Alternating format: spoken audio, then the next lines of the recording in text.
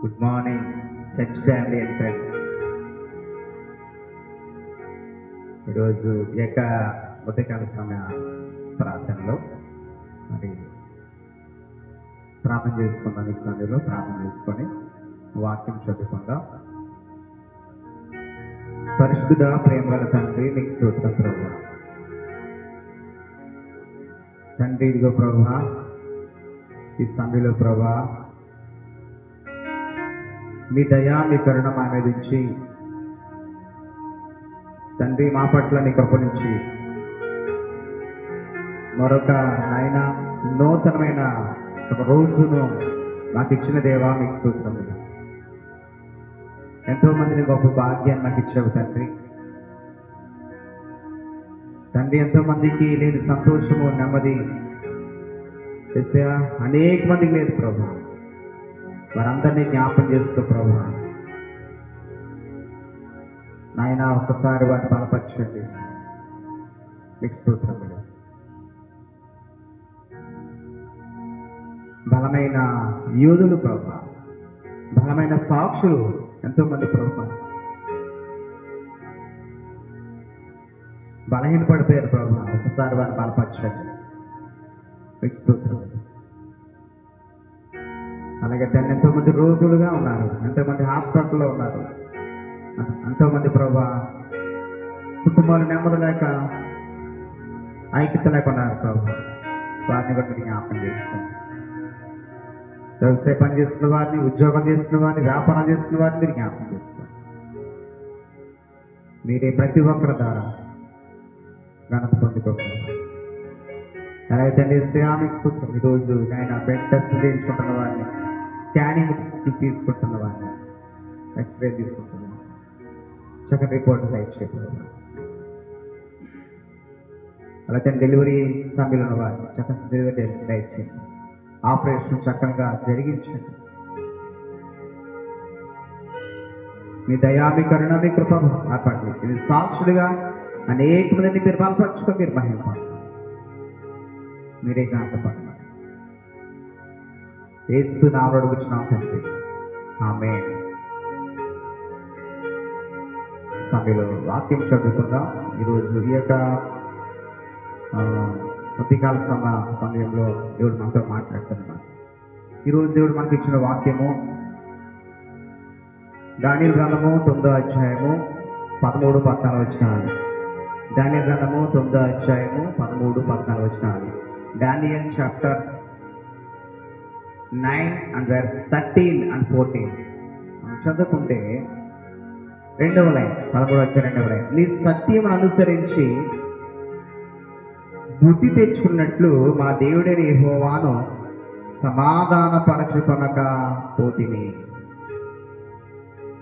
మేము మా దేవుడైన యెహోవా మాట వినలేదు గనుక ఆయన తన సమస్త కార్యముల విషయమై న్యాయస్థుడయుండి సమయము కనిపెట్టి ఈ కీడు మా మీదికి రాజేసెను. ఇప్పుడు ఒక మాట దేవుడు మనతో మాట్లాడుతున్నాడు. ప్రియ సహోదరి సహోదరుడా, దేవుని సంగమా, తల్లులారా తండ్రులారా, మనతో మాట్లాడుతున్న మాట ఏంటే, మనం ఫస్ట్ ఆఫ్ ఆల్ చెప్తున్న మాట, ఆయన సత్యమును అనుసరించి బుద్ధి తెచ్చుకున్నట్లు. ఆయన సత్యం అనగా వాక్యమే సత్యము అని యోహాను సువార్తలో రాయబడింది. వాక్యమే సత్యము. సత్యమును అనుసరించి మనం నడుచుకుంటే కనుక దేవునితో మన సమాధానం ఏర్పడతాం, దేవునితో మనకు ఐక్యత ఏర్పడతాం. దేవునితో సమాధానం ఆయన ముందు ఫస్ట్ ఆఫ్ ఆల్ మనం దేవుణ్ణి సమాధానపరచుకోవాలండి.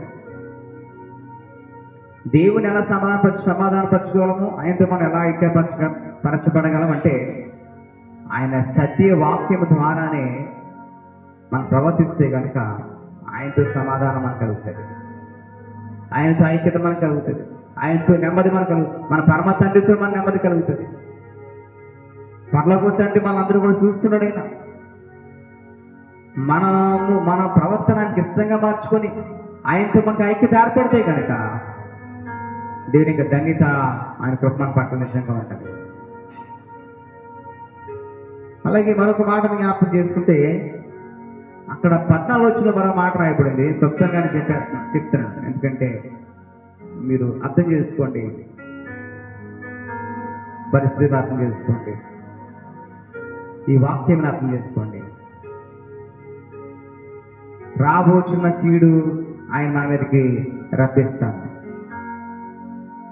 ఈ కీడు మా మీదకి రాజేసేదను, సమయము కనిపెట్టి రాజేస్తాను అన్నాడు. అంటే కీడు మన మీదకి రాబోతుంది.